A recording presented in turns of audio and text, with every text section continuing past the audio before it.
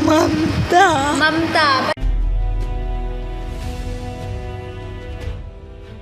नमस्कार, आप देख रहे हैं देश रोज़ाना और मैं हूं बेनज़ीर हाशमी। इस वक्त हम सेक्टर 15 के एक ऐसी जगह पर हैं जहां वो आपकी सोच से परे होगी। सेक्टर 15 के आर्य कन्नड़ सदन में हम इस वक्त हैं, जहां पर 100 से 150 लड़कियां जो अनाथ हैं या किसी परेशानी के कारण यहां पर आई हुई हैं, या मतलब ये कह सकते हैं कि एक ऐसा घर कहेंगे इसको, ये सदन को हम ऐसा घर कहेंगे जहाँ पे बेसहारा लड़कियों को सहारा दिया जाता है। और उनकी एक इतनी सारी लड़कियों की एक माँ है और वो माँ अपनी बच्चों से भी ज़्यादा उन्हें प्यार करती है। हम मिसेस अनामिका जो यहाँ की इंचार्ज है और जो बेटियों को अपनी बच्चों से भी ज़्यादा प्यार करती है, उनका पालन पोषण करती है, जानते हैं, उनसे बात करते हैं। नमस्कार मैम, सबसे पहले तो आपका बहुत बहुत स्वागत है हमारे चैनल में।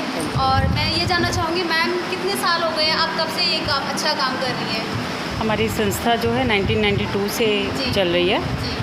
फाउंडर लेडी जो थी शांति सहगल जी, अभी उनकी तो डेथ हो गई है, लेकिन अभी 1992 से लगातार हम बच्चों का, ऐसी बच्चियों का, बहुत सी बच्चों का ब्रॉटअप किया है और अभी भी आप देख रहे हैं हमारे पास हैं। तो मैम आपके पास लगभग कितनी बच्चियाँ हैं? अभी 62 हैं। 62 मतलब कितनी एज से लेकर कितनी एज तक की बच्चियाँ हैं आपके पास? हमारे पास 5 ईयर प्लस हैं बच्चे, और जब तक ये अपनी higher education vocational courses attend नहीं कर लेते हैं तब तक ये यहीं रहते हैं, और उसके बाद प्लेसमेंट करवाते हैं यहीं से ही, और अच्छी जॉब जब इनको मिल जाती है फिर अगर कोई बच्चा हमें अप्रोच करता है मैरिज के लिए भी, उसके अरेंजमेंट्स के लिए, तो हम वो करते हैं। और बहुत सी ऐसी बच्चियाँ भी हैं जो जॉब सिक्योरिटी 6 मंथ के बाद वो अपना इंडिपेंडेंट रह रही हैं। तो मैम मैं ये जानना चाहूँगी, ये कौन सी बच्चियाँ हैं, कैसे घरों की बच्चियाँ हैं जिनको आप पालन पोषण कर रही हैं? मतलब कौन सी प्रताड़ित हैं, या फिर माँ बाप से बिछड़ी हुई हैं, या फिर आपने कहाँ से इन बच्चों को अपने पास रखा हुआ है?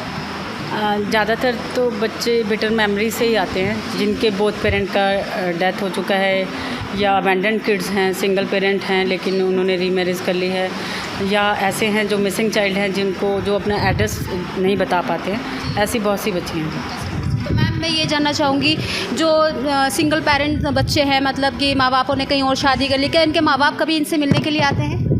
देखिए, जब तो बच्चे परेशान होते हैं तब तो नहीं आते हैं। जब उन्हें लगता है कि अब सेटल हो रहे हैं, अच्छा पढ़ लिख रहे हैं, तब वो ज़रूर अप्रोच करते हैं। अच्छा, आते हैं कुछ, सभी नहीं। तो मैम किस तरह से आप इनका देख रेख करती हैं, मतलब रख रखाव, पढ़ाई सब कैसे करती हैं आप?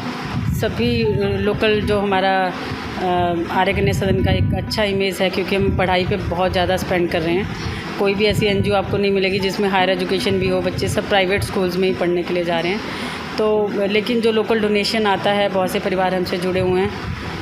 कुछ परिवार हैं जो अपने जन्मदिन यहाँ मनाते हैं, कोई पेरेंट का डेथ एनिवर्सरीज़ हैं, तो डोनेशन जो आता है उसी से ही फ़ीस स्ट्रक्चर सब चीज़ें हम मेंटेन कर रहे हैं। बच्चों को जो रहन सहन है किस तरह से होता है कि कमरे में एक कमरे में कितनी बच्चियाँ रहती हैं? हमारा डोरमेट्रीज़ हैं छोटे बच्चों के लिए, उसमें बंक बेड्स हैं, तो इंडिविजुअल बेड्स हैं सबके पास, और जिनका हार्ड स्टडी है वो बच्चे सेपरेट रूम्स में हैं। तो मैम ऐसा पॉसिबल है कि अगर कोई यहाँ आए, अच्छे बच्चों को अडॉप्ट करना चाहे कि हम अपने घर में ले जाएं, उन बच्चों का पालन पोषण करें, जिनके बच्चे नहीं होते, तो ऐसा कुछ पॉसिबल है, ले जा सकते हैं? ऐसा है नहीं, ऐसा नहीं है। तो वो तो गवर्नमेंट की रूलिंग के अकॉर्डिंग जो कारा का वेबसाइट है उसी से अडॉप्शन होता है। हम तो जो बच्चे हमारे पास हैं उनका ब्रॉटअप हम ही करते हैं, जो कारा के सेंटर से अडॉप्शन वहीं पे ही है। तो मैम ये बच्चे बड़े हो जाए, कुछ बच्चे ऐसे हो जाते हैं 19 से 20 साल के, 21 साल की एज हो जाए और उनकी शादी की उम्र हो, तो उसके लिए आप कैसे करते हैं? पहले तो स्टडी का ही माहौल है, सभी पढ़ने वाले हैं, लड़कियां हैं, तो एक चेन होता है कि बड़े बच्चे पढ़ रहे हैं तो छोटे भी उनको देख के, तो इवनिंग पे ट्यूशन्स भी हैं इनके लिए हमने रखी हुई हैं। तो कोशिश ये रहती है कि वोकेशनल कंप्लीट कर लें, डिग्रीज़ हैं, बीकॉम कर रही हैं, बीटेक कर रही हैं, बी फार्मा है, एम फार्मा है, नर्सिंग है, तो सब डिफरेंट फील्ड्स में हैं। जब इनका प्लेसमेंट हो जाता है और उसके बाद अगर जो बच्चे हमें कहते हैं तो हम मैरिज, अभी तक 74, अभी लास्ट मंथ भी 2 मैरिज हुई हैं, तो अभी तक 74 मैरिजेस यहाँ से। जब बच्ची बड़ी हो जाती है, अपने पैरों पे खड़ी हो जाती है, काबिल हो जाती है, नौकरी लग जाती है, जब जैसे कि आपने बताया कि बच्ची की स्टडी से लेकर जॉब तक का आप उनका प्रबंध करते हैं, उसके बाद अगर बच्चे अपने पैर पे खड़े हो जाते हैं और पेरेंट्स आके ये बोले कि हमें अपना बच्चा वापस चाहिए, उसके लिए? नहीं, हमें तो इनको सेटल करना है। अच्छा। जब कोई साथ नहीं होता तब हमारे साथ हैं, उसके बाद इन बच्चों की इच्छा है ये अपना जीवन कैसे जीना चाहते हैं। अच्छा। लेकिन फॉलोअप करते हैं, बाद में भी कोई परेशानी है, इवन मैरिज के बाद भी कोई परेशानी है तो बैक सपोर्ट यहाँ से रहता है। तो ये नहीं है कि जो बच्चे चले गए, उनका टोटल हम लाइफ टाइम देख रहे हैं। तो मैम फिलहाल आप कितनी बच्चों की माँ हैं अभी यहाँ पर? अभी 62 बच्चे हैं यहाँ पे। 62 बच्चे। कितनी एज से कितनी एज तक बच्चे हैं? 5 से 21। इतना अच्छा काम कर रही हैं मैम। एक परिवार के लिए, या कहते हैं आजकल जैसे ज़माना है कि बेटियों को लोग थोड़ा अभिशाप भी मानते हैं। कोई लोग होते हैं किसी की 2 से 3 बेटियां हो जाए तो उनके घर में मातम का माहौल छा जाता है, लेकिन ये देखिए उन माँओं से बढ़कर माँ है ये, कि इतनी सारी बेटियां एक साथ पाल रही हैं, उनका पोषण कर रही है, उनका खिलाना पिलाना और उनकी पढ़ाई से लेकर जॉब तक का जो पूरा कारभार ये संभाल रही है। इससे बड़ी जो पावर मैं कहूँगी शायद ही कहीं और आपको देखने की मिलेगी। और चलिए हमें बात करते, बच्चों से ही पूछ लेते हैं कि उनकी मम्मी कैसी हैं और मम्मी उनके साथ कैसा मतलब रख रखाव करती हैं। जी बताइए, क्या नाम है बेटा आपका? प्रियांशी। प्रियांशी, आप बताइए आपको कैसा लगता है यहाँ पर? अच्छा लगता है। कौन सी क्लास पढ़ते हैं आप? कौन सी क्लास में? 7th। कौन से स्कूल में पढ़ते हैं आप? आदर्श विद्या निकेतन स्कूल। मम्मी आपके साथ कैसे अच्छे से रखती है मम्मी? अच्छा, और मैं जानूंगी और लड़कियों से भी बात करूंगी। आपका नाम बताइए। सुहाना। सुहाना, आपकी एज कितनी होगी? 17। अच्छा, कौन सा स्कूल में पढ़ती हैं आप? स्कॉलर स्प्रेड में क्लास 12th। क्लास 12th में। देखिए बच्चों को अच्छे अच्छे स्कूलों में एजुकेशन दिलाई जा रही है। आप बच्चों की बात सुन के ही पता लगा चुके होंगे कि ऐसा नहीं कि बच्चे सिर्फ यहाँ रखे ही जा रहे हैं, लेकिन बच्चों की एजुकेशन पे पूरा ध्यान दिया जाता है। जो पहला कर्तव्य होता है, माँ बाप भी आजकल अपने बच्चों को एजुकेशन नहीं दिला पाते, इतनी महंगाई का ज़माना है, लेकिन ये अनामिका मैम जो इतनी सारी बच्चियों को एजुकेशन दिला रही है, उनको पालन पोषण सब कुछ कर रही है। एक घर से भी बड़ा घर कहेंगे इसे, और जानेंगे और बच्चियों से भी। बेटा क्या नाम है आपका? हिमानी। अनामिका, मम्मी कैसी लगती हैं आप? बहुत अच्छी है। बहुत अच्छी। क्या क्या करते हो? आपको क्या करना अच्छा लगता है? मेरे को ड्राइंग करना चाहिए। ड्राइंग अच्छी लगती है? Yes। कौन सी क्लास में है आप? 6th क्लास में। देखिए बच्चे जो भी जिस बच्चे से बात करेंगे सब एजुकेटेड है, आपको बातों से ही पता चल जाएगा। और मैं ये चाहूँगी जो इस तरह की जो, अच्छा आप भी कुछ कहना चाहती हैं, बोलिए ma'am. So I am very blessed, and I am Rinkle. I am studying in MVN.